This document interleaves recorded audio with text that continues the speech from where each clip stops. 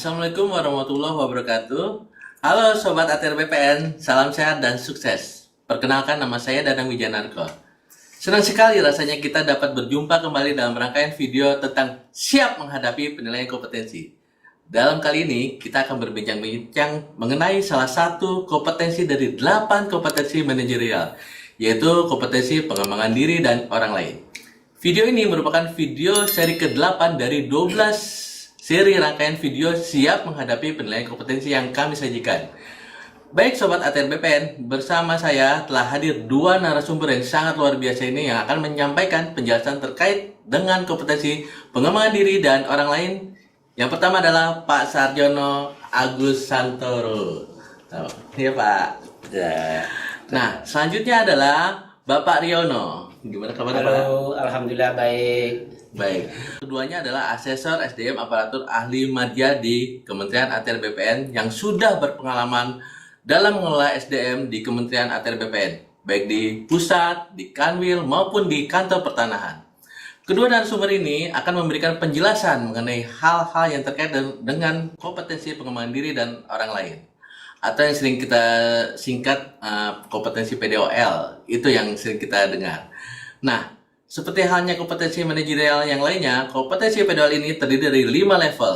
Namun pada kesempatan kali ini, kita hanya membahas level 1 sampai level 3. Pada kesempatan pertama, saya akan menanyakan kepada Pak Sarjono nih, terlebih dahulu nih Pak.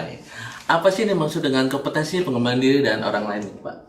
Baik, terima kasih Pak Danang, Sobat ATR BPN dimanapun berada, salam sehat dan salam sukses untuk kita semua. Sebelum kita memasuki pembahasan masing-masing level, Sobat ATR BPN harus tahu dulu nih, apa itu kompetensi pengembangan diri dan orang lain. Kompetensi pengembangan diri dan orang lain adalah kemampuan untuk meningkatkan pengetahuan dan menyempurnakan keterampilan diri, menginspirasi orang lain untuk mengembangkan dan menyempurnakan pengetahuan dan keterampilan yang relevan dengan pekerjaannya. Dan pengembangan karir jangka panjang, mendorong kemauan belajar sepanjang hidup, memberikan saran, bantuan, umpan balik, bimbingan guna membantu orang lain untuk mengembangkan potensi dirinya. Oh gitu. Jadi seorang PNS itu dituntut selain meningkatkan pengetahuan dan keterampilan dirinya, juga harus mampu mengembangkan kemampuan orang lainnya Pak ya? Betul Pak Danang. Gitu. Nah, kalau deskripsi pada level 1 dari kompetensi pengembangan diri dan orang lain ini, mungkin Pak Riono bisa menjelaskan Pak. Baik, terima kasih Mbak Danang. Halo Sobat ATR BPN. Pada level 1 pengembangan diri dan orang lain, kita dituntut untuk bisa melakukan pengembangan diri. Indikator perilaku yang pertama pada level 1 ini, tinjau perilaku kita. Apakah kita mampu mengidentifikasi kebutuhan pengembangan diri dan menyeleksi sumber serta metodologi pembelajaran yang diperlukan. Untuk memenuhi indikator perilaku ini, kita harus memenuhi 2 hal, Pak. Yaitu pertama, kita harus bisa mengidentifikasi kebutuhan pengembangan diri kita. Yang kedua, menyeleksi sumber serta metodologi pembelajaran yang kita perlukan, Pak. Nah, untuk indikator perilaku kedua pada level 1 ini, tinjau perilaku kita. Apakah kita menunjukkan usaha yang mandiri untuk mempelajari keterampilan maupun kemampuan baru dari berbagai media pembelajaran? Untuk memenuhi indikator ini, kita harus bisa menunjukkan usaha mandiri dan berupaya meningkatkan diri dengan belajar dari orang lain yang berwawasan luas di dalam organisasi. Bisa mungkin melalui mentoring atau coaching, Pak. Oh gitu. Itu, Pak. Baik, jadi poin penting dari indikator perilaku pada level 1 ini tepatnya seperti apa ya Pak Riono? Oke, saya akan menjelaskan lebih lanjut terkait dengan indikator perilaku pada level 1. Poin penting dari indikator perilaku pada level 1 ini adalah yang pertama, kita harus bisa mengidentifikasi kebutuhan pengembangan diri dan menyeleksi sumber serta metodologi pembelajaran yang diperlukan. Yang kedua, bahwa kita harus bisa menunjukkan usaha mandiri untuk mempelajari keterampilan atau kemampuan baru dari berbagai media pembelajaran. Yang ketiga, kita harus berupaya meningkatkan diri dengan belajar dari orang lain yang berwawasan luas di dalam organisasi. Oh gitu.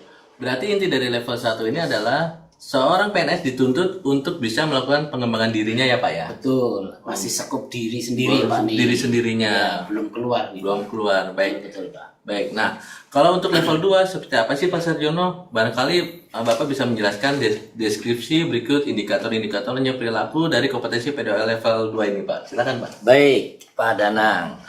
Untuk deskripsi kompetensi pengembangan diri dan orang lain level 2 adalah meningkatkan kemampuan bawahan dengan memberikan contoh dan penjelasan cara melaksanakan suatu pekerjaan. Sebagaimana tadi sudah disampaikan oleh Pak Riono, pada level 1 kalian dituntut untuk mampu mengembangkan diri. Ya. Sedangkan pada level 2 ini kalian dituntut untuk bisa meningkatkan kemampuan orang lain. Dalam hal ini adalah bawahan atau anggota tim kalian. Indikator perilaku pertama level 2 kompetensi PDOL adalah tinjau perilaku kerja kalian. Apakah sudah meningkatkan kemampuan bawahan dengan memberikan contoh, instruksi, penjelasan, dan petunjuk praktis yang jelas kepada bawahan dalam menyelesaikan suatu pekerjaan. Nah, untuk memenuhi indikator ini, kalian harus bisa menunjukkan sudah meningkatkan kemampuan bawahan dengan memberikan contoh, instruksi, penjelasan, dan petunjuk praktis yang jelas kepada bawahan dalam menyelesaikan suatu pekerjaan. Kemudian indikator kedua level 2, tinjau perilaku kerja kalian. Apakah kalian sudah membantu bawahan untuk mempelajari proses, program, atau sistem baru? Nah, untuk memenuhi indikator perilaku ini, kalian harus bisa menunjukkan sudah membantu bawahan mempelajari proses, program, atau sistem baru atau belum. Mungkin dengan melakukan mentoring atau coaching gitu ya. Kemudian indikator perilaku ketiga dari level 2, tinjau perilaku kerja kalian. Apakah kalian sudah pernah menggunakan metode lain untuk meyakinkan bahwa orang lain telah memahami penjelasan atau pengarahan yang kita berikan? Untuk memenuhi indikator perilaku ini, kalian harus menunjukkan metode yang kalian gunakan untuk meyakinkan bahwa orang lain telah memahami penjelasan dan pengarahan yang kalian berikan. Begitu Pak Danang. Begitu. Ya. Baik, berarti poin-poin penting dari indikator perilaku level 2 ini apa ya Pak Sarjono? Ya, poin penting dari indikator perilaku pada level 2 ini adalah yang pertama, meningkatkan kemampuan bawahan dengan memberikan contoh, instruksi, penjelasan, dan petunjuk praktis yang jelas kepada bawahan dalam menyelesaikan suatu pekerjaan. Kemudian yang kedua, membantu bawahan untuk mempelajari proses, program, atau sistem baru. Dan yang ketiga adalah menggunakan metode lain untuk meyakinkan bahwa orang lain telah memahami penjelasan dan pengarahan yang kita berikan. Baik. Begitu Pak Dana. Baik Pak Sarjono, berarti inti pada level 2 ini bahwa seorang PNS dituntut untuk mampu meningkatkan kemampuan bawahannya ya Pak ya? Betul Pak Dana. Oh, Ya. baik. Nah, kalau untuk level 3, seperti apa ya deskripsi dan indikator perilakunya Pak Riono? Oke, baik. Terima kasih Pak Danang.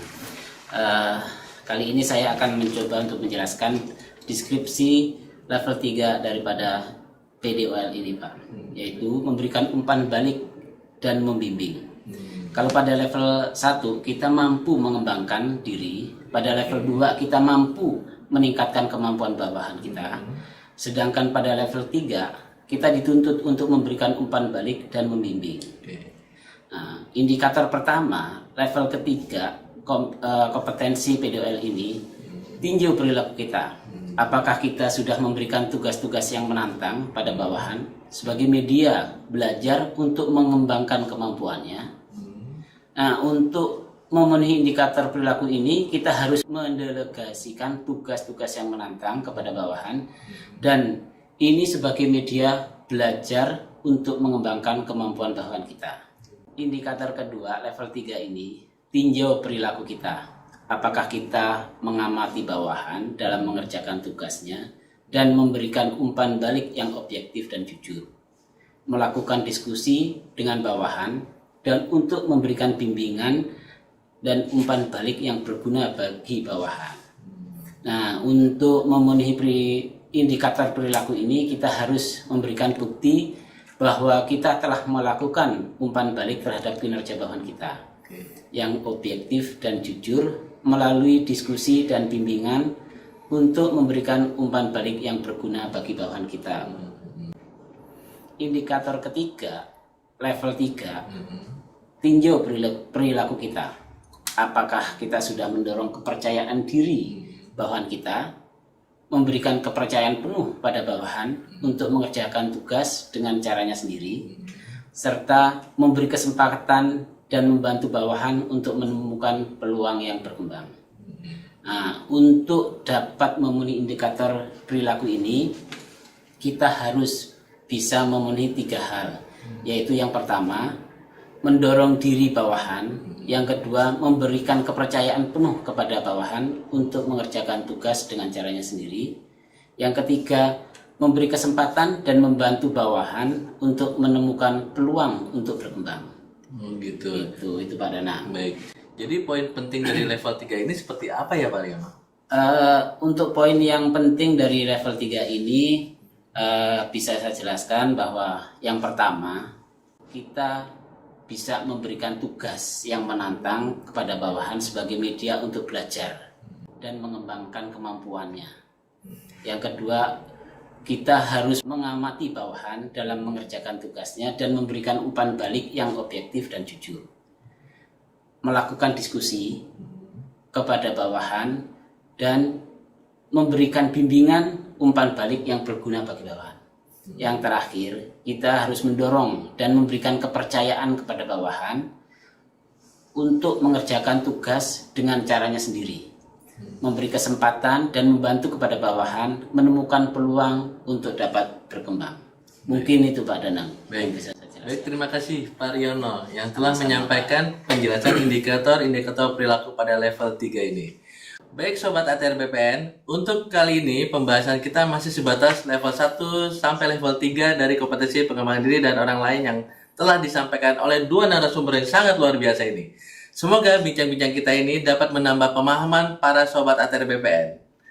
Baik, mungkin salah satu dari narasumber bisa memberikan closing statement mengenai kompetensi ini. Barangkali Pak Sarjono bisa menjelaskan, Pak? Baik, terima kasih Pak Danang. Sobat ATR BPN, penting bagi kalian untuk benar-benar memahami indikator perilaku masing-masing level pada kompetensi pengembangan diri dan orang lain ini. Nah, untuk mengetahui level atau tingkat kompetensi pengembangan diri dan orang lain yang sudah kalian miliki, coba tinjau perilaku kerja kalian.